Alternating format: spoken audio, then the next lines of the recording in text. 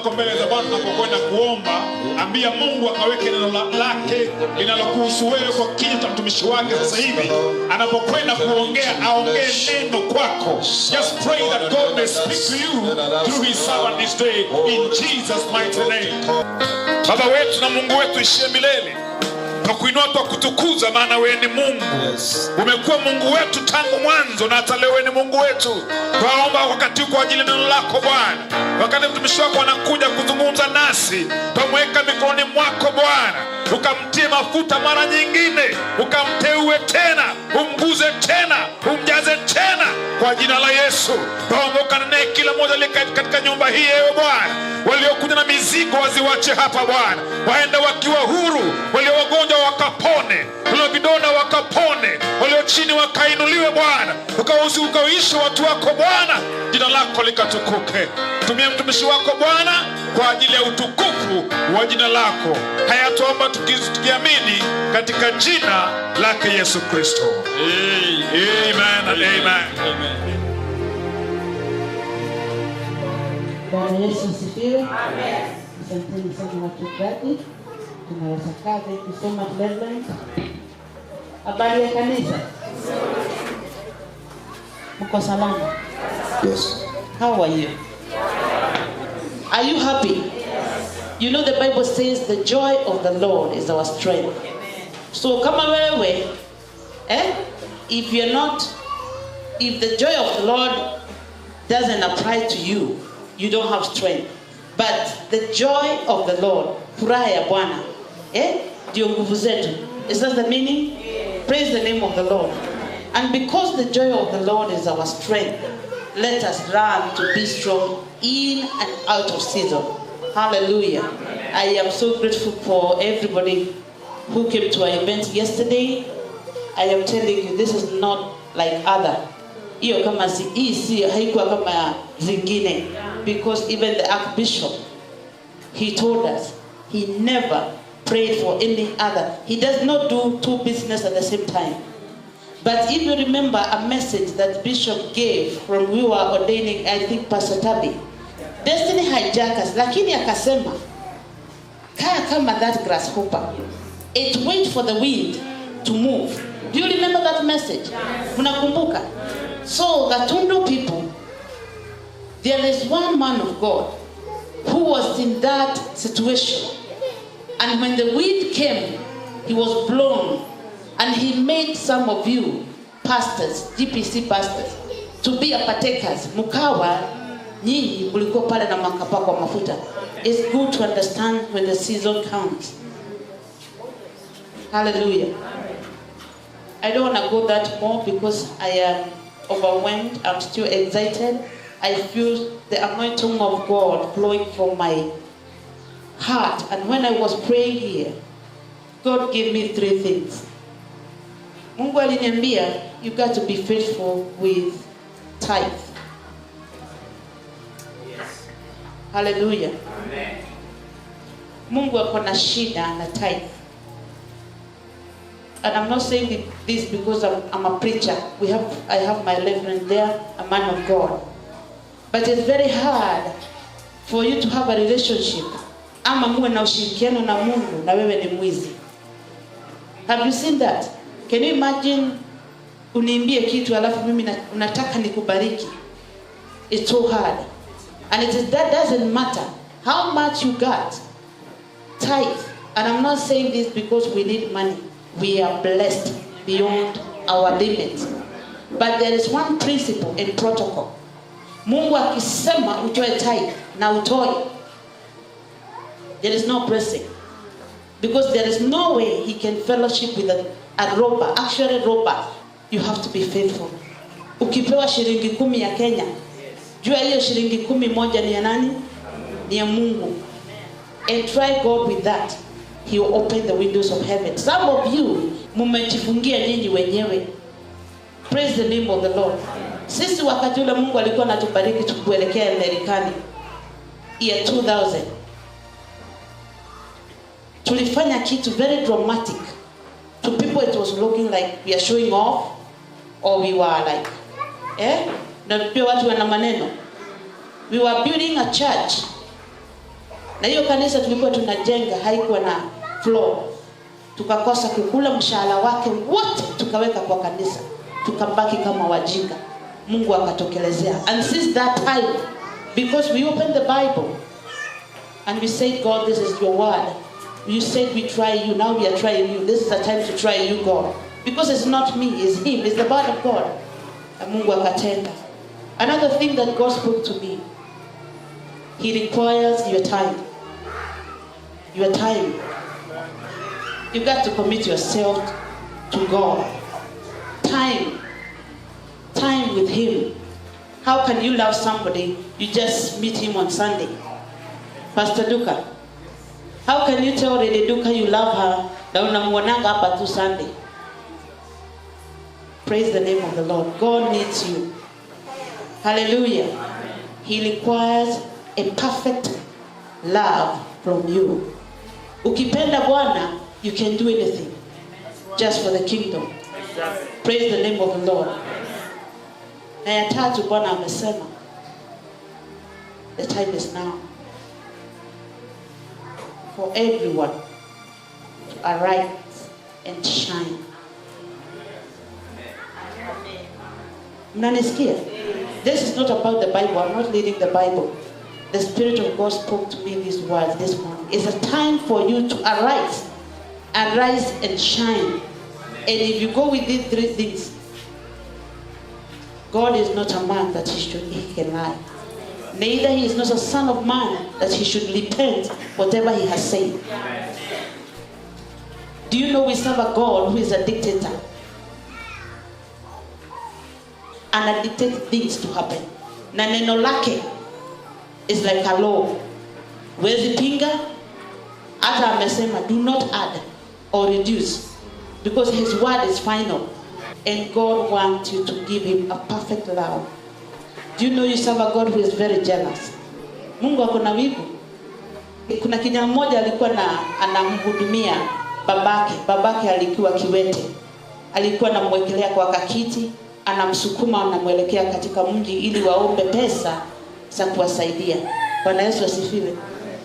Lakini saa ile huyo kijana alikuwa anapeleka babake, siku moja akashindwa na kumsukuma ili waende kwa mji wakaombe pesa. Bwana Yesu asifiwe.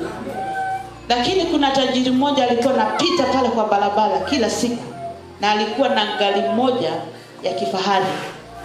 Bwana asifiwe. Lakini huyo utajiri hakuna hata siku moja alikuwa anasimama kuangalia vile hao watu wanataka ama wanatafuta nini. Lakini siku ile kijana alishindwa na kupush the father, kumsukuma babake. Alichukua jiwe. Saa ile tajiri alikuwa anapita na gari yake ya bei, akaigonga na jiwe. Tajiri akasimama, akauliza.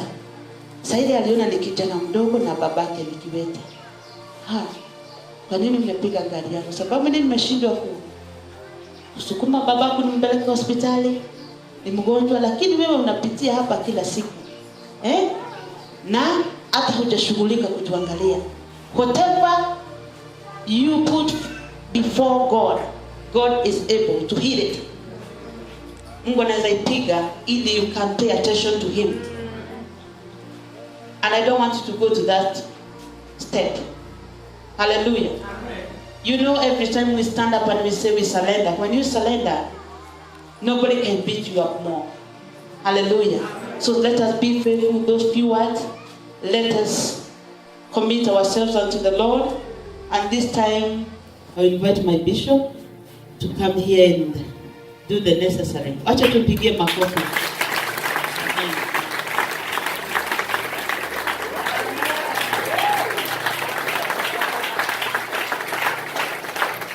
Amen. Bless the name of the Lord. Amen. Let's wave in the air. Bless the name of the Lord. Amen. Hallelujah.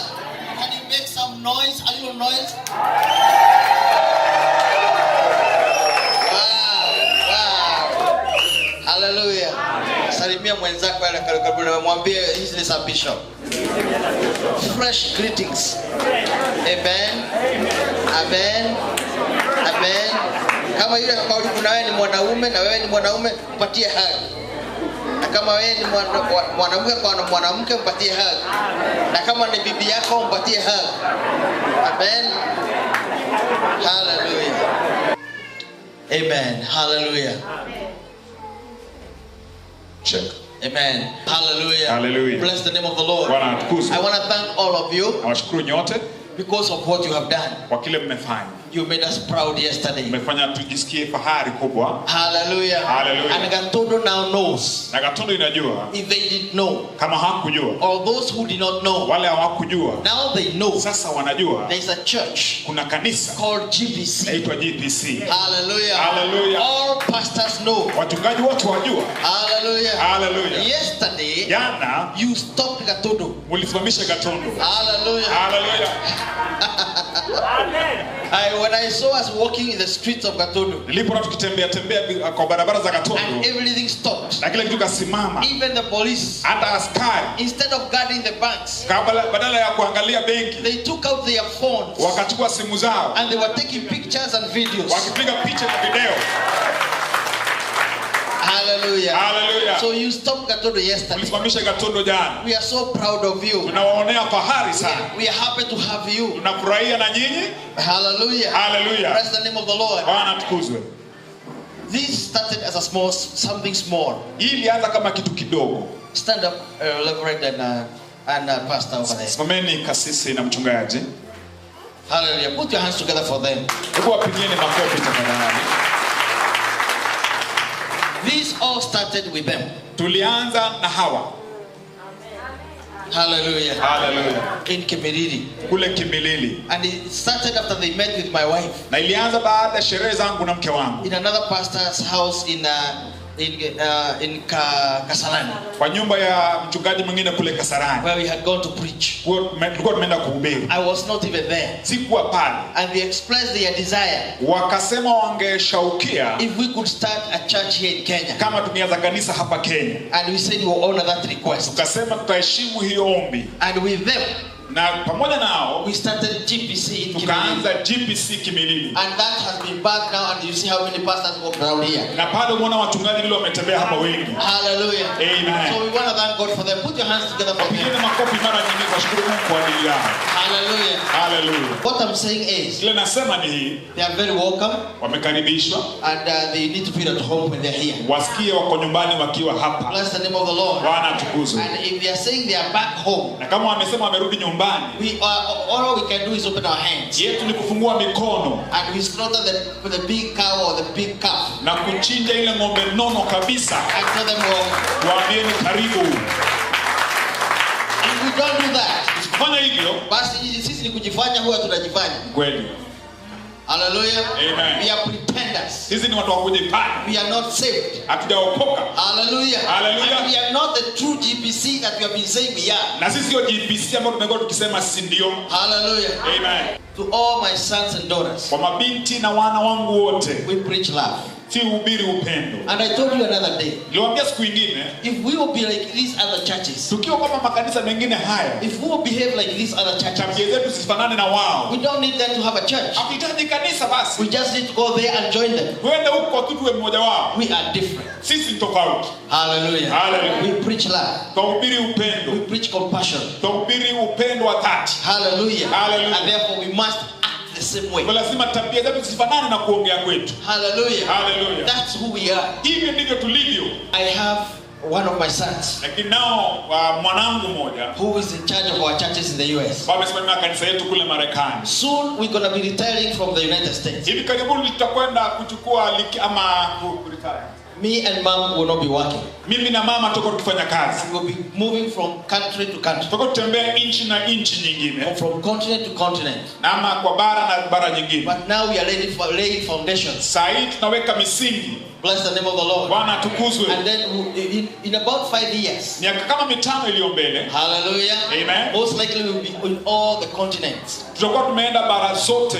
And most likely we are not going to be in the United States. Labda tutakuwa kule Marekani. There is also a possibility. Pia kuna uwezekano. We will come and open a mega church here in Kenya. Tutakuja kufunga kanisa kubwa sana hapa Kenya. Hallelujah. Hallelujah. which will be our headquarters. Ambayo itakuwa ndio makao makuu. We'll have a school there Tuwe na shule pale and maybe a dispensary na tuwe na hospitali pale or GPC. ya GPC. Hallelujah. Hallelujah. So I'm alerting you ahead of time. Nawaambieni kabla ya wakati. We only have about 5 years. Tuna kama miaka mitano tu. And in those 5 years, Miaka kama hiyo mitano. Reverend, we need to have moved all over Kenya. Na sisi tutembee Kenya mzima. Hallelujah. Hallelujah. Father, in the name of Jesus, Baba, katika jina la Yesu, I thank you because of your servant. nakushukuru kwa ajili ya mtumishi wako. You have praised your word in him. Umeweka neno lako kwake. Now, Lord, speak. Sasa Bwana ongea. Take over his tongue. Chukua usukani wa ulimi wake. Take over his mind. Chukua usukani wa mawazo yake. Speak to your people. Ongea na watu wako. I refuse with every spirit of confusion Nakataa roho ya kuchanganyikiwa and the spirit of wandering, na roho ya kutangatanga. which makes people to start wondering when the word is Fanya going watu on. watangatanga na Mungu I pray likizungumzwa. that people will receive Naomba watu watasikia neno lako your word in Jesus' name. katika jina la Yesu Kristo. Father, use your servant as you want. Tumia mtumishi wako Bwana In Jesus' name. katika jina la Yesu. Amen. Amen. Hallelujah. Hallelujah. Hallelujah.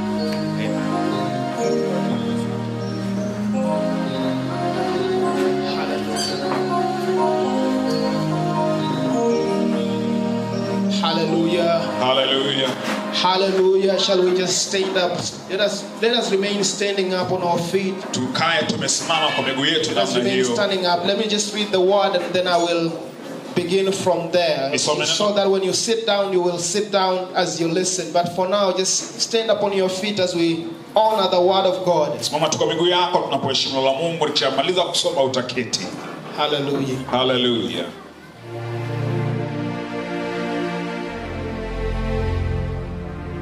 2 Kings chapter 6. Mfalme wa pili fungu la 6. We will read from verse 1 to 7. Hallelujah. And then the sons of the prophet say to Elisha, "See now, the place where we dwell with you is too small for us. Please let us go to the Jordan, and every man take a beam from there, and let us make there a place where we may dwell." So he answered and said, "Go." Then one said, "Please consent to go with your servants." And he answered, "I will go." So he went with them, and when they came to the Jordan, they cut down trees. But as one was cutting down a tree, the iron axe head fell into the water, and he cried out and said, "Alas, master, for it was borrowed." So the man of God said, "Where did it fall?" And he showed him the place. So he cut a stick and threw it into there, and he made the iron float. Therefore he said, "Pick it up for yourself." So he reached out his hand and he took it up. That is the reading of the word of God. Hiyo ndio neno lake. You may have your seat. Hebu tuketi. Hallelujah. Shall we praise the Lord? Hebu tusifu Bwana. Hallelujah. Church of GPC, shall we praise the Lord? Bwana Yesu asifiwe. Hallelujah. If you can hear your voice, can you just wave in the air? Punga hewani kama wasikia sauti hii. Praise the Lord. First of all, it's such an honor to stand before you, Bishop. Ni heshima kubwa sana kusimama mbele yako askofu. Hallelujah, Bishop and Reverend. You know I love you people. You know I respect your authority. I respect the anointing that is resting on you. Na heshimu upako ulio juu yenu. It is such an honor to be here where Bishop has just been consecrated. Ni heshima kubwa kuwa hapa ambapo askofu amewekwa wakfu. And then he says, "Can you preach today?" Kisha anasema uhubiri leo. When I received this message, I was in Istanbul, Turkey. Nilipopata habari hii nilikuwa kule Turkey, Istanbul. And I said, "Lord, what will I say with somebody that you have just anointed before me?" Nikauliza Bwana, nitasema nini kwa kile ambacho mbele ya mtu ambaye ametiwa mafuta? Hallelujah. But the Lord said, "I have a word for you." Bwana akasema ninalo neno kwa ajili yako. Praise the Lord. If you can look at somebody and say, "There is a word in the house." Mwambie mtu kuna neno katika nyumba. Hallelujah. I did not come alone today. Sikuja peke yangu hivi leo. Praise the Lord. I came with my lovely wife. Nilikuja mke wangu mpendwa. Hallelujah. You have seen her. She was singing. Nimeona hapa alikuwa akiimba. And we came together also with our two beautiful daughters, Joy and Charity. Kaja na watoto wetu wawili warembo, Joy na Charity. Put our hands together for them. Tuwapigie makofi pia wao. Praise the Lord. Bwana asifiwe. But I also want you to know that GPC Springfield is here. Nataka pia ujue kwamba GPC Springfield iko hapa. Hallelujah.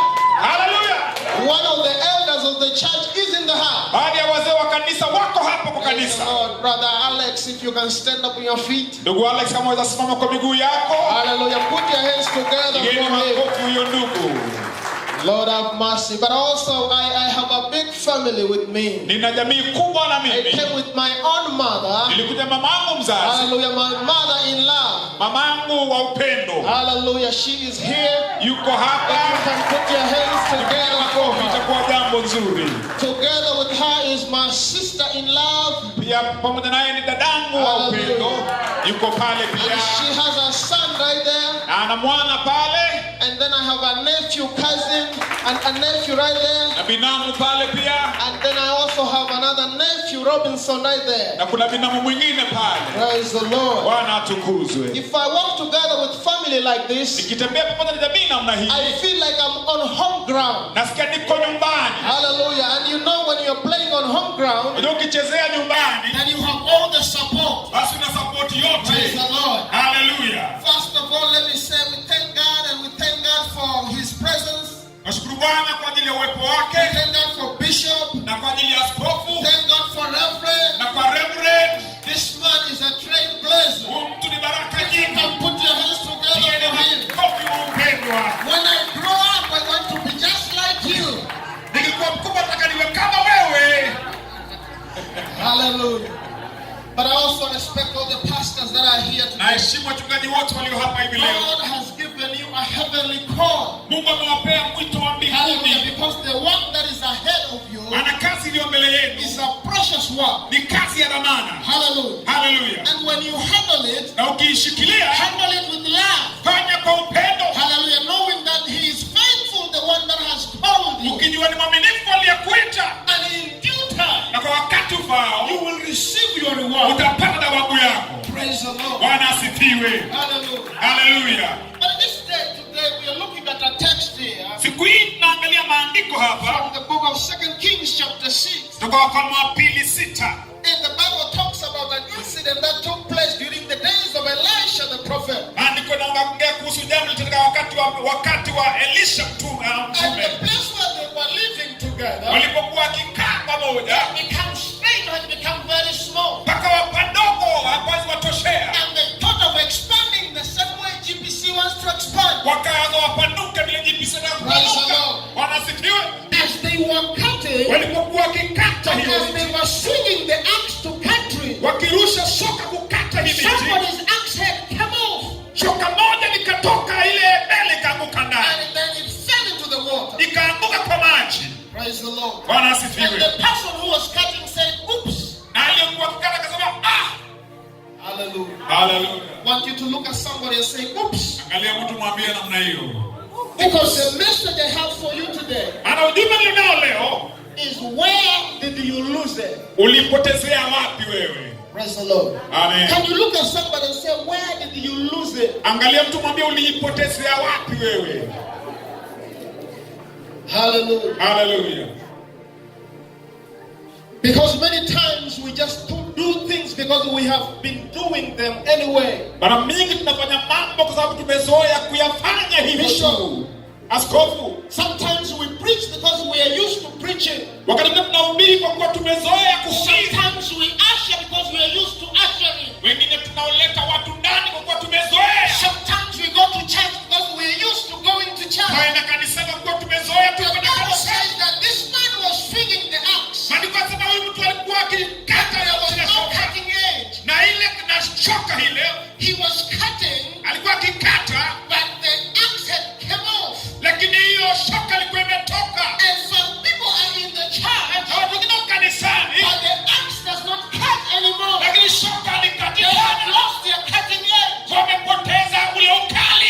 Maybe you had a testimony before, Na ulikuwa na ushuhuda pale but you awali, don't have it anymore. lakini hauna tena. Hallelujah. You go to church and you want to stand up, Wenda kanisa unataka kusimama, but the testimony has no fire anymore. lakini ushuhuda una ule You moto. ask yourself, where did you lose? Wauliza ulipotezea wapi? The man of God said, where did it fail? Mtu wa Mungu akauliza imeanguka wapi? That question is very important to where we're going. Hiyo swali ni muhimu kwa kule tunaenda. Praise the Lord. Bwana asifiwe. Hallelujah. Hallelujah. And so as the man of God was trying to help this person was very sensitive. Nataka uelewe kwamba huyu mtu alijua, Because at least he knew that his axe had come off. alijua kwamba shoka lake limechomoka. And Jesus says in Matthew chapter 5, Yesu kwa Mathayo 5 anasema, verse 13, and he says 13 anasema, that you are the salt of the earth. nyinyi ndio chumvi ya ulimwengu. But if the salt loses its taste, Na chumvi kukosa jamani ile then how can we season it itawekwa ladha namna gani? other than to throw it into the dustbin Ni kutupa tu kule kwa and they will takataka, trample on it? itakanyagiwa kule na watu. Give praise to the Lord. Bwana asifiwe. Hallelujah, somebody. Bwana asifiwe sana. Because there are people that are in the church Kwa kuna watu and they kanisani are not salt anymore. lakini hawana chumvi tena. Hallelujah. People are saying they are born again, Watu but they no longer love the Lord. hawampendi Bwana People who tena. say they are born again, Watu they wameokoka say we have a church, lakini but wakati they do not present Jesus Christ. hawaonyeshani Yesu. Where did you lose it? Ulipotezea wapi? Hallelujah, somebody. Haleluya. There was a time that you had the thing. Kuna wakati ulikuwa na There was a time that you had the fire. kuna wakati ulikuwa na moto. You and me know Mimi na wewe ndio the tunajua. times that in the night you'd wake up Kuna wakati usiku ulikuwa and you unaamka would war in the spirit na unapigana katika and you roho. pray for 7 Na hours. unaomba masaa saba. And then what happened now? Na mambo Why inatendeka. don't you pray Bwana again? haombi tena.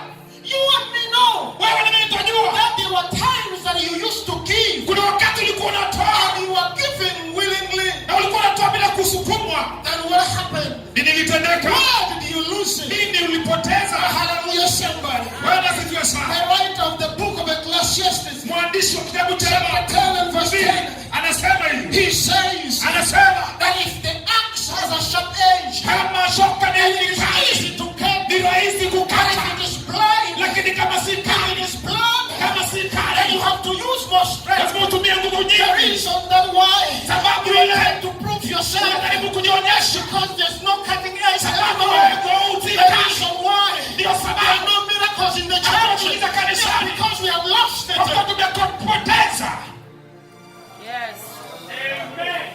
I know we have a vision for far, Tunajua kuna maono ya but mbali, you cannot go far if you keep losing it. lakini huwezi kuenda mbali ukiendelea kupoteza ukali. We have to lay the groundwork. Lazima tufanye kazi ya chini. Pastors, we have to lay the groundwork. Wachungaji tutengeneze We have to misingi. return holiness into the church. Turejeshe We utakatifu have to kanisani. return holiness in the pulpit. Turejeshe utakatifu kwa madhabahu. You cannot be at the pulpit, Hawezi kuwa kwa madhabahu but you also have two faces. na una nyuso mbili. You have to remain in the Lazima Lord. ukae katika Bwana. And God has sent with the message Mungu amenituma niseme hivi. to say we have to return to where we were. Lazima turudi mahali tulipokuwa. Where did you lose? Ulipotezea wapi?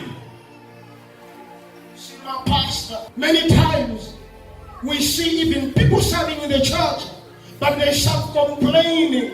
Wajua tuona mara nyingi watu wakifanya kazi kanisani wakiteta wakinung'unika. You are wiping the floor, Unaosha but you are sakafu complaining. lakini unanung'unika. You are arranging the seats, Wewe unatengeneza viti but you are complaining. lakini wanung'unika. You are welcoming the visitors, Unakaribisha wageni but you are complaining. lakini wanung'unika. Have you ever wondered why? Na shajua ni kwa The nini? reason why you are complaining Sababu ile is unanung'unika because the axe does not cut ni kwa anymore. sababu shoka ikati tena. You see, when the axe is not cutting, Wajua shoka kama ikati, when you hit, you hurt yourself. ukigonga wajiumiza. Have mercy. When you you hit, ukigonga you feel the pain. unasikia uchungu. And when it is cutting, Lakini every ukikata, time you swing, you ukiutupa, drop down the tree. unaangusha But if mti. it is not cutting anymore, Lakini kama you ikati, swing, ukirusha, you're cutting nothing. unakata bure. Can you put your hands together for Jesus? Weka mikono pamoja, piga Yesu makofi. Man of God Mtu wa Mungu was swinging the axe, alikuwa akikata but there was no axe head. lakini haikuwa You na see, kitu cha the kukata. axe head Waona hiyo kichwa cha shoka serves two purposes. kina kazi aina mbili. The first thing is that it is the edge that cuts. Ya kwanza ni kwamba ndio ukali unaokata. And then the second thing is that it adds the heaviness Ya pili na uzito, so that you don't have to apply a lot of energy. ndio usiweke nguvu nyingi. That's why you'll be able to drop a big tree. Ndio utaweza kuangusha mti mkubwa na shoka ndogo. But if you do not have an axe sharpshed. lakini kama hauna kichwa cha shoka. Have you ever tried to fell a tree using a piece of stick? Ushawajaribu kuangusha mti na kamti kingine kadogo? Then it will not be possible. Haitawezekana. And as I was reading this during my layoff, Nilipokuwa nikisoma pale nikiwa natulia, I was imagining why nikiwaza ni kwa nini miracles are no longer in the church. miujiza haiko kanisani That's tena. why the church is beginning to fake miracles. Kwa sababu kanisa linafanya The miujiza ya uongo. miracles are no longer there. Miujiza haipo. That's why people are selling water in the church. Watu wanauza maji kanisani. Bishop, listen to me. Askofu The nisikie. reason why they're selling stuff Sababu hiyo unauza is mawe. because they think their Jesus is not able again. Wanafikiri Yesu wao hawezi Because they tena. have lost the anointing. Wamepoteza The upako. question is, Swali ni where did you lose it? ulipotezea wapi? You see, this is called a pulpit. Wajua yaitwa pulpit. It pulls somebody from the pit. Inamvuta mtu kutoka kwa We shimo. cannot use it to bring people to the pit. Hatuwezi kuitumia kurusha We watu have kwa to shimo. use it for the right reason. Tunataka kuitumia kisawasawa. Kutoa watu From depression. kutoka kwa To depression. pull somebody Kutoa watu from suffering. kutoka kwa To kuteseka. pull somebody Kutoa watu from poverty. To pull somebody from everything. kwa kila kitu. To pull somebody Kutoa watu from brokenness. kwa kukulevi. Najua kazi Because yangu it pulled me ilinivuta from a dungeon. kutoka chimo. It pulled me Ilitoa from somewhere where I could not come hadi out. singejitoa. Because I was deep there. Kwa nilikuwa ndani banking. Nipa ulevi. I was deep there. Nilikuwa ndani Womanized. kwa watu wa kuona Jesus Yesu. pulled me out. Akanivuta. Ambia watu pulpit. If we respect the pulpit, Tukiheshimu madhabahu it will work for you. itakufanyia kazi. If we will handle it lightly, Tukiifanyia mzaha things will remain the same. vitu as vitakaa it vile was. vile. The Bible says that he cried out. Maandiko yasema alilia. He said, Alas, Lord, Akasema Bwana wangu, for it was borrowed. nilikuwa nimeomba shoka. Alas, Alas, Lord. Bwana He cried out, akalia. Lord have mercy. Bwana nionee The rehema. church of God Kanisa la Mungu has to continue crying out, lazima endelee kulia. Lord have mercy. Bwana tuone huruma. When they asked Jesus, Wasiuliza Yesu. and they told him, Can you silence? Mwambie unaweza Can you silence your disciples? waambie wanafunzi wanyamaze. Jesus said, If this be silent, Hivyo akasema wakinyamaza, then the rocks will cry out. mawe italia. Praise the Lord. Bwana asifiwe. When I have an issue within me, Nina jambo ndani yangu. when I come before Him, Nikija mbele za I Bwana. don't care who is close to me. Sijana jambo gani na mimi. Open my mouth. Sijana And I say, Lord, nasema have mercy. Bwana nionee huruma. I need you today. Nakuhitaji leo. If you can stand up on your feet, Simama kwa miguu I yako. want you to open your mouth Nataka ufungue kinywa and chako. say, Lord, have mercy. Sema Bwana nionee huruma. In charge of the 24th Nionee century. huruma Baba. Say, Lord, have mercy. Hebu Bwana nionee huruma. Say, Nakuhitaji. Lord, I need you. Nakuhitaji. Maishani mwangu. Rekekebo sokotona kaba. Shekeketena naboseko. Rodobo siendelebo shikabasha. Rima kaba sendebo sokotona. Thank you, Jesus. Thank you, Jesus. Thank you, Jesus. Hallelujah. Hallelujah. Hallelujah. Rima manda bo sekelelebo. Shanda bo sokotona kaba shekete. Jesus, we give you praise. Hallelujah. You can sit down. Unaweza kuketi sasa, unaweza kuketi, unaweza Let me finish, kuketi. let me finish, let me finish. Hebu ketini nimalize. Let me finish, let me finish, let me Hebu finish. nimalize, hebu nimalize, Let hebu me finish, nimalize. let me finish. Hebu nimalize, hebu nimalize. You see what?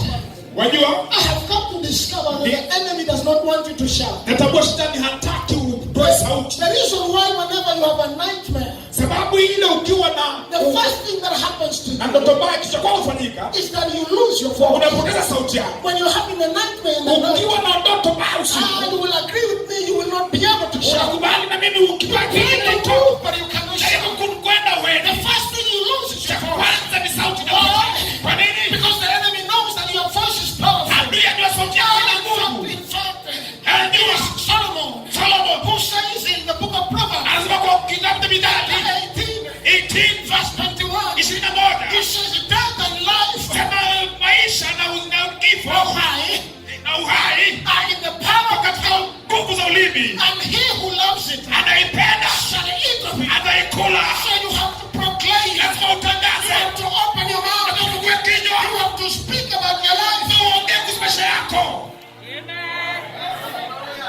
Sometimes some people have tongues and mouths. Watu wengine wana ndimi na Instead of blessing their lives, badala ya kubariki maisha yao they curse themselves. wanajilaani wenyewe, They call themselves poor. wanajiita fukara. You say, well, Wajua mimi what can I do? I am just a poor lady. nifanye nini? Mimi mama I fukara. have come to say Nimekuja kusema that if you begin to shout the right shouting, ukianza kufanya kinachofaa life will change. maisha itabadilika. I don't care what the doctor said to you. Vijana daktari alisema nini? See, the doctor told us when he went there sometime Daktari alituambia that ukiwa na my kwake wife cannot have children. kama mke wangu hawezi kupata For watoto. 6 years we were battling with the enemy. Miaka sita nilipigana na adui, But the evidence is there. lakini kuna The dhihirisho. Lord can open a door. Atafungua In mlango the name of kwa jina Jesus. la Yesu. One doctor to another doctor.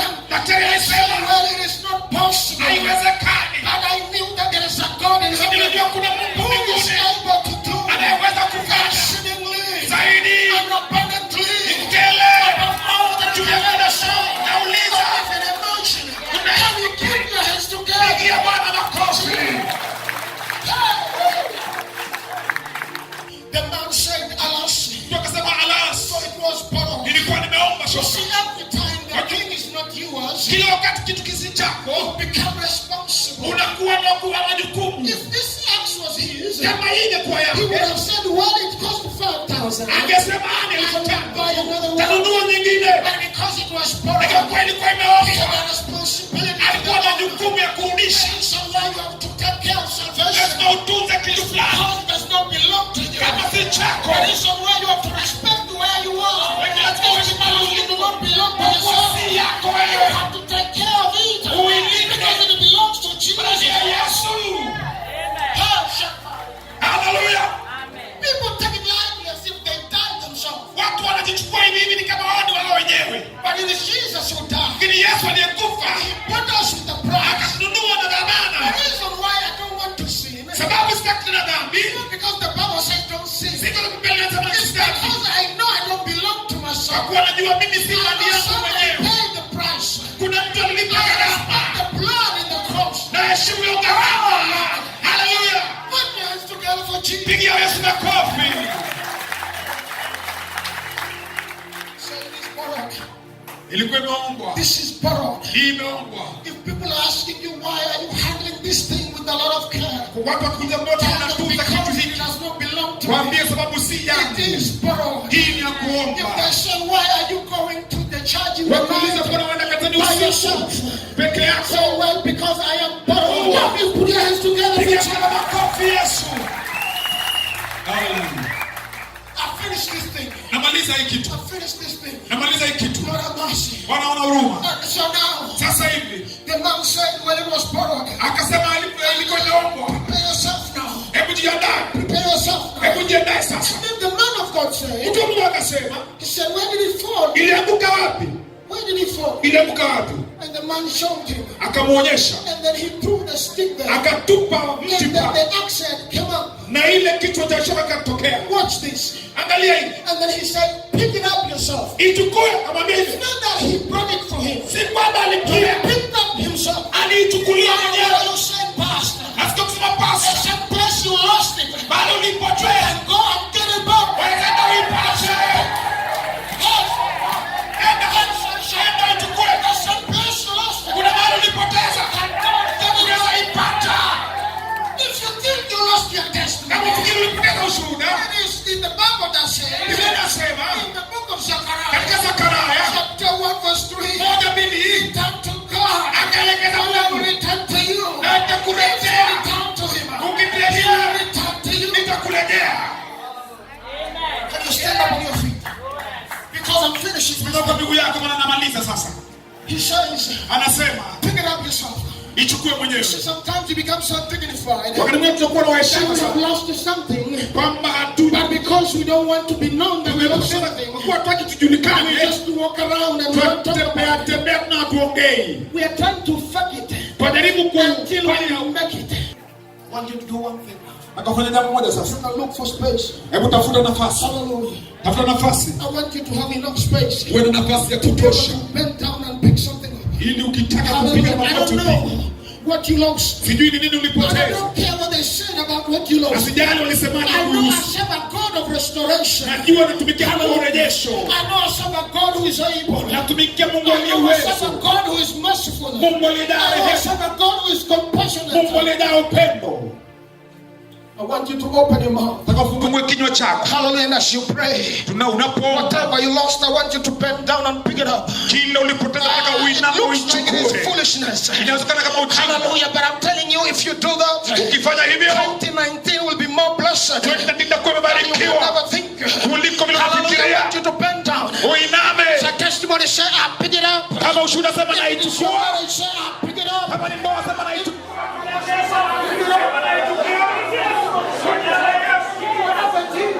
Rikelebo shanabo. Hallelujah.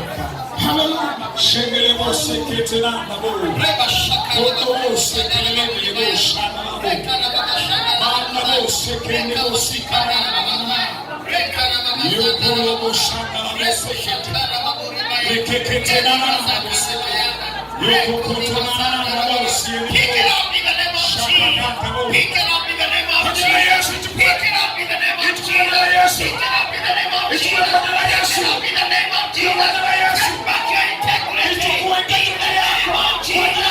Take back your wealth. In the name of Jesus. Pick up your family. In the name of Jesus. Pick up the ministry. In the name of Jesus. Pick it up. Pick it up. Pick it up. Pick it up. And take to the Lord. Because it is possible. In the name of Jesus Christ. In the name of Jesus Christ. In the name of Jesus. This is God speaking to you. Huyu ni Mungu ananena nasi And he has said, na amesema you have dropped something somewhere. umeangusha kitu mahali You fulani, have dropped your anointing somewhere. umeangusha upako wako mahali fulani, You have lost your integrity somewhere. umepoteza udhamana wako na utu wako mahali You fulani, have lost your family somewhere. umepoteza familia yako mahali, You may have lost something somewhere. umepoteza kitu cha dhamana mahali. God wants you to take it back. Are you there? Je, uko pale? And it's you God was speaking to. Na ni wewe ninayenenea, I would say, it doesn't matter whether you are a pastor, na sijui kama wewe ni it mchungaji, doesn't matter whether you are a singer, sijui kama wewe ni it mwimbaji, doesn't matter who you are. sijali wewe ni nani. God has spoken to you. Mungu amekunenea. I will ask you to walk forward Nitakuomba ukuje hapa mbele. without shame. Kama sio wewe Bwana, ningekuwa wapi? Hallelujah. Haleluya. Bless the name of the Lord. Jina la Bwana libarikiwe. I want us to be in prayer. Kwa hivyo tuende katika hiyo muda ya maombi. I want us to be in prayer. Kwa hivyo tukae katika You hiyo are kipindi cha here, maombi. you are here to receive. Tuko hapa kupokea You kutoka are kwa here to Bwana take back. ili tunyakue. Be in prayer. Tell God. Kwa hivyo omba na uambie Bwana. I'm just connecting this. Kwa hivyo mimi nakuwakilisha In the name of Jesus. katika jina la Yesu, In the name of Jesus. katika jina la Yesu, In the name of Jesus. katika jina la Yesu, In the name of Jesus. katika jina la Yesu, katika jina la Yesu. Lord, I pray. Bwana ninaomba Mighty, come down. Touch your people, my God. Touch your people. Touch your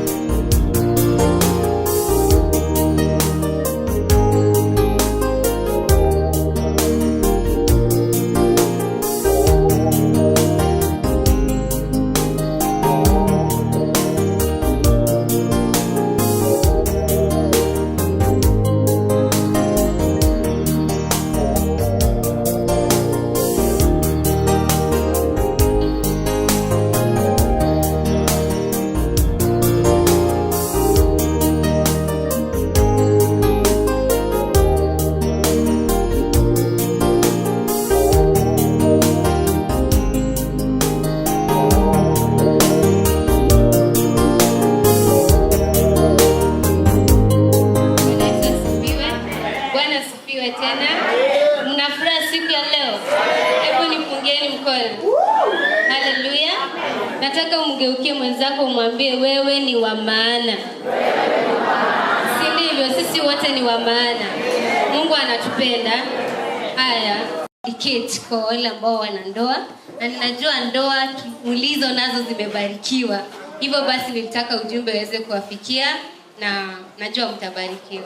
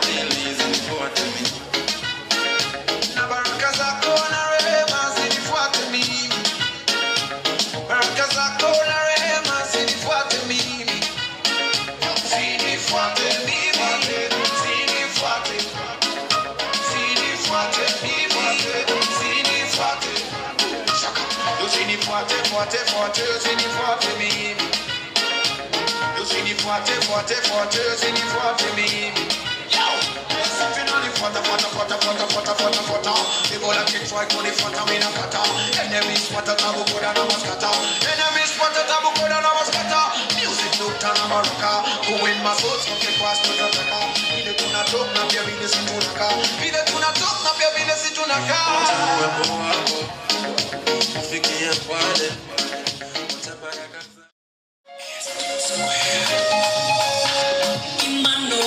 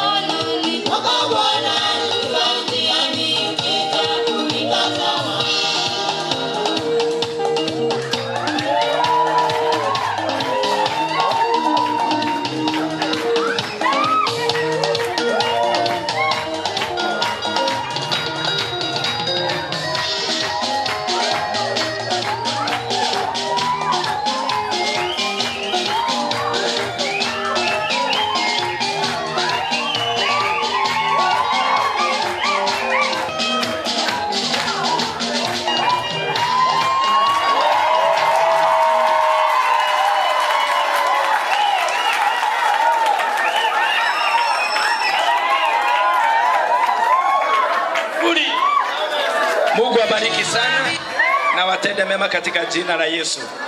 Bwana Yesu asifiwe. My goodness, I never cease to be surprised by Reverend Kinyanjui. He knows how to put you on the spot. Nakwambia kama umekaa umetulia hivi unasikia, haya sasa wakati huu tutamuita Reverend Redemptor akuja. My goodness, but the word of God tells us to be ready in season and out of season. Amen. Kwa hivyo niko tayari ndugu.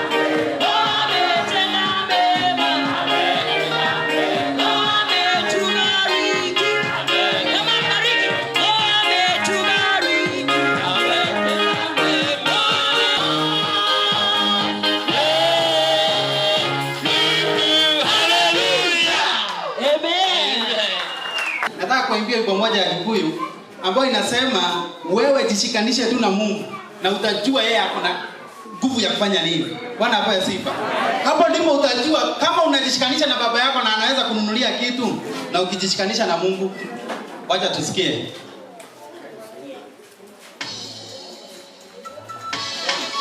Mungu. Haya. Habari kwa Mungu.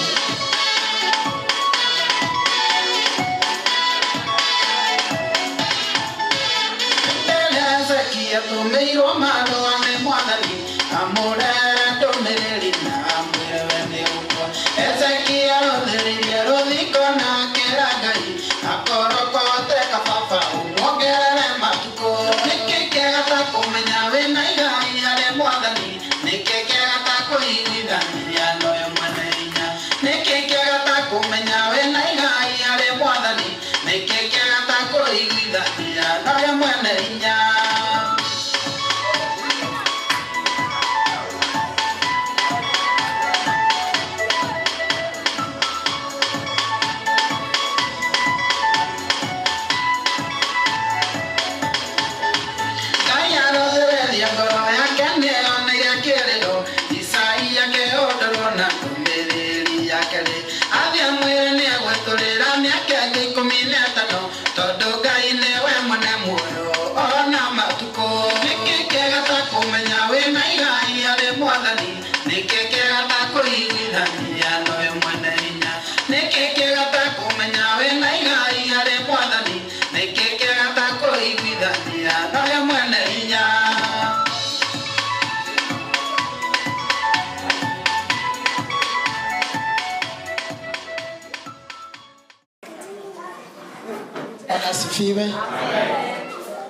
Praise the name of the Lord.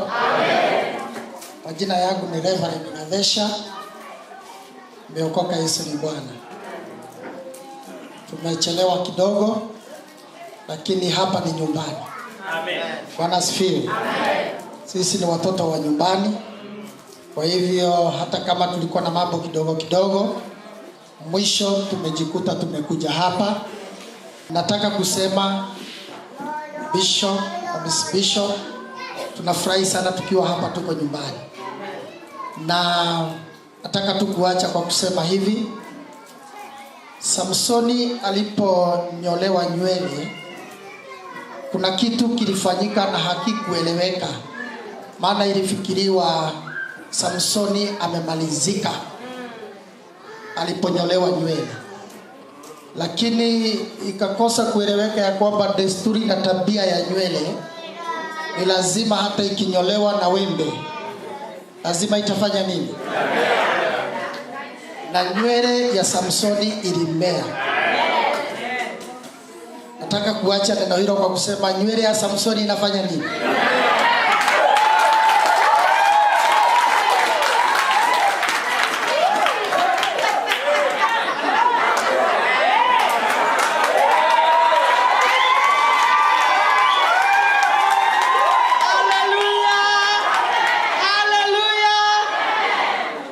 Kwa heshima ya Bishop na Mama Bishop na Reverend Kinyanjui na Reverend Yuka na wale wengine na Pastor Tabi na Pastor Gigi na Dorcas, Bwana asifiwe sana, na Pastor Njoroge na wale wengine ambao hatujawajua kwa majina. The protocol observed. Nataka kutoa kwa heshima salamu zangu katika jina la Yesu. Mimi naitwa Pastor Ann. Mimi ndio mdogo sana kwa wote. Bwana asifiwe. Maana neno la Mungu laniambia ya kwamba nikitaka kuwa mkubwa inabidi ninyenyekee, nitumike, niwatumikie wengine. Jina la Bwana lipewe sifa. Nataka kuwawish Christmas, na tunaposherehekea Christmas, sijui namsherehekea Yesu ambaye unajua habari zake ama mnajuana, ama wewe ni umejialika kwa birthday ya Yesu na hamjuani. Ni vizuri kujuana na Yesu. Bwana asifiwe. Jambo lingine ambalo siachi kusema ya kwamba kanisa Yesu karibu ikuja, tufike katika mapumziko yetu. Kwa hivyo tuko mbioni, tuko kazini, hatuangalii kule tumetoka.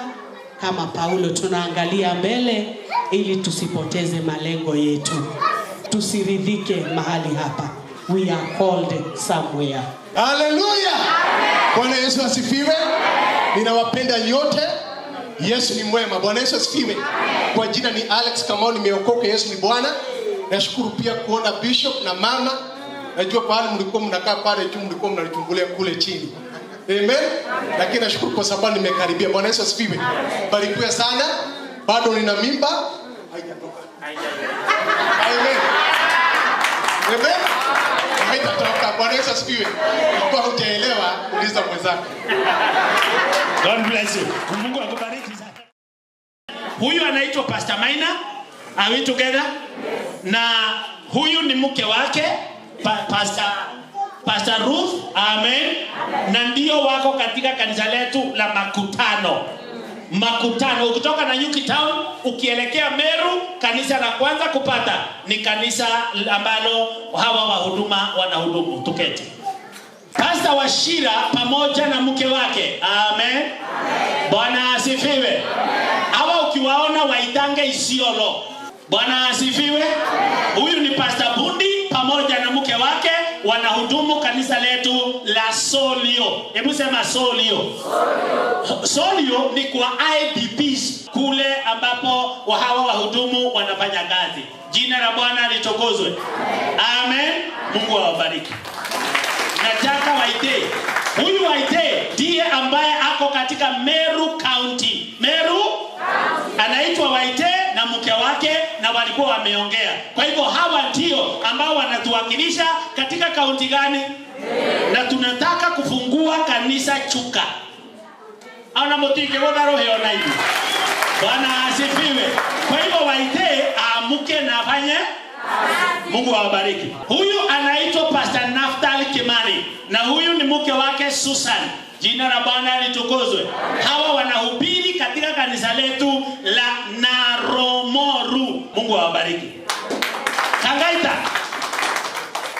Julius Gekunda pamoja na mke wake wanahubiri katika kanisa letu la Kangaita. Kangaita ni na Nyuki upite kana kwamba unataka kwenda kwa mlima. Amen.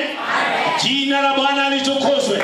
Sasa Mount Kenya, mlima wa Mount Kenya. Hata unaona tu. Halo? Si wanakaa kama mlima Mount Kenya. Hawa Bwana asifiwe. Huyu mzee amekuwa katika kanisa letu la Nanyuki. Sasa tumemtuma aende afanya kazi kule na Kagaita. Amen. Kwa hivyo hata kwetu makanisani mwetu tunataka, kama tutafungua kanisa, tunataka kufungua na wetu. Sasa si nikusema hata wewe unaweza kuwa mchungaji. Amen. Ukikaa vizuri mbele za nani? Za Bwana. Amen. Mungu awabariki. Sasa huyu ndiye, amen, huyu ndiye sasa anasimamia hao wote wenye nimeanza nao. Amen. Na huyu ndiye ako na Nyuki Town. Na Nyuki Town. Na huyu si Mkikuyu. Huyu anaitwa Daniel Ndutire Ole Kameria. Daniel Ndutire Ole Kameria. Huyu alizaliwa na Wakikuyu na Wamaasai. Kwa hivyo hata ukimuona huyu si Mkikuyu.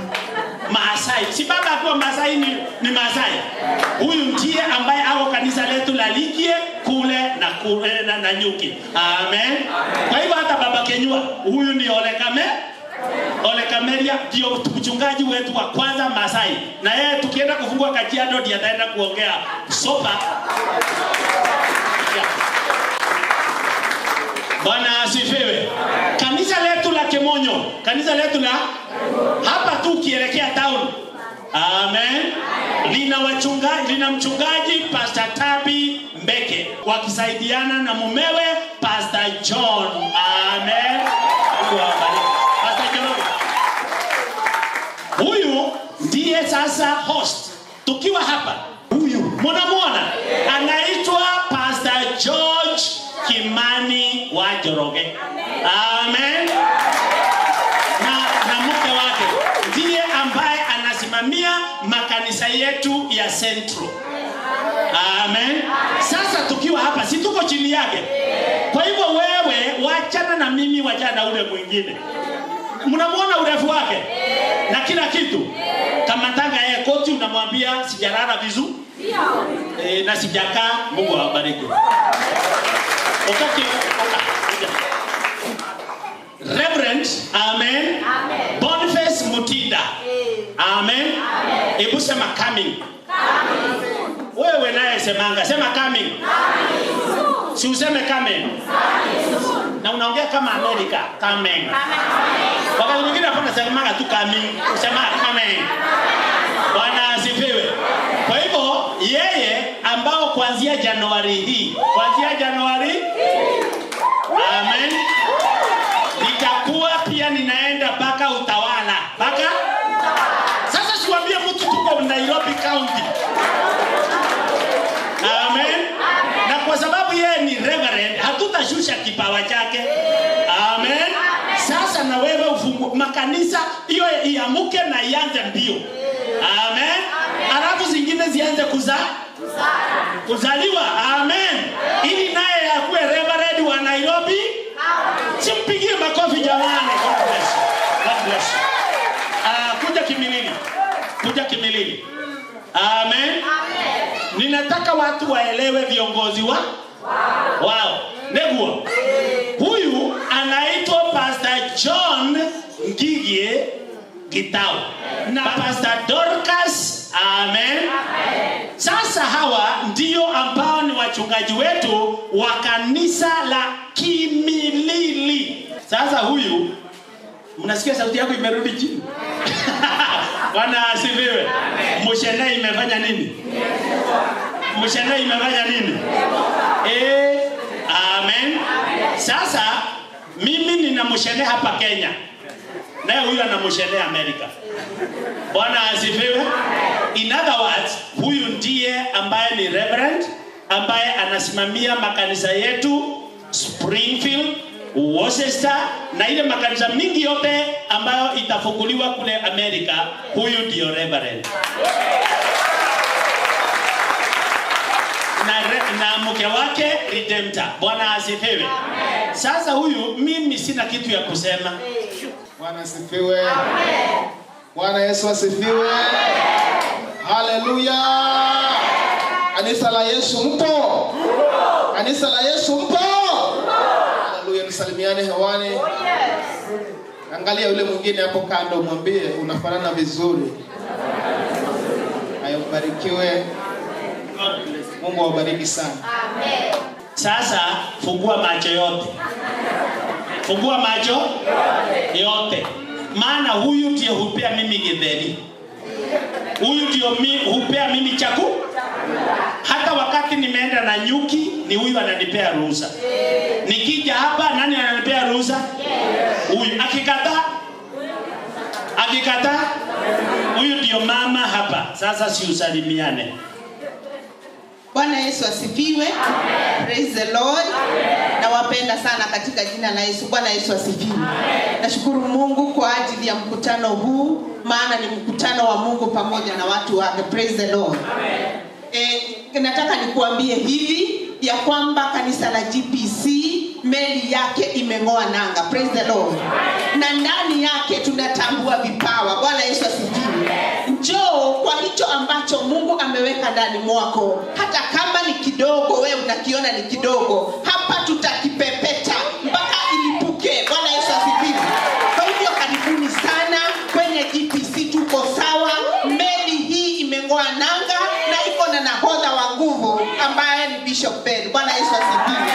Kwa hivyo mkisikie ya kwamba mko mahali ambapo pamefaa, tuchape injili ya Yesu, wengi wakombolewe, waje katika ufalme wa Mungu. Bwana Yesu awabariki. Bwana asifiwe. Kwa hivyo huyu ndio kipenzi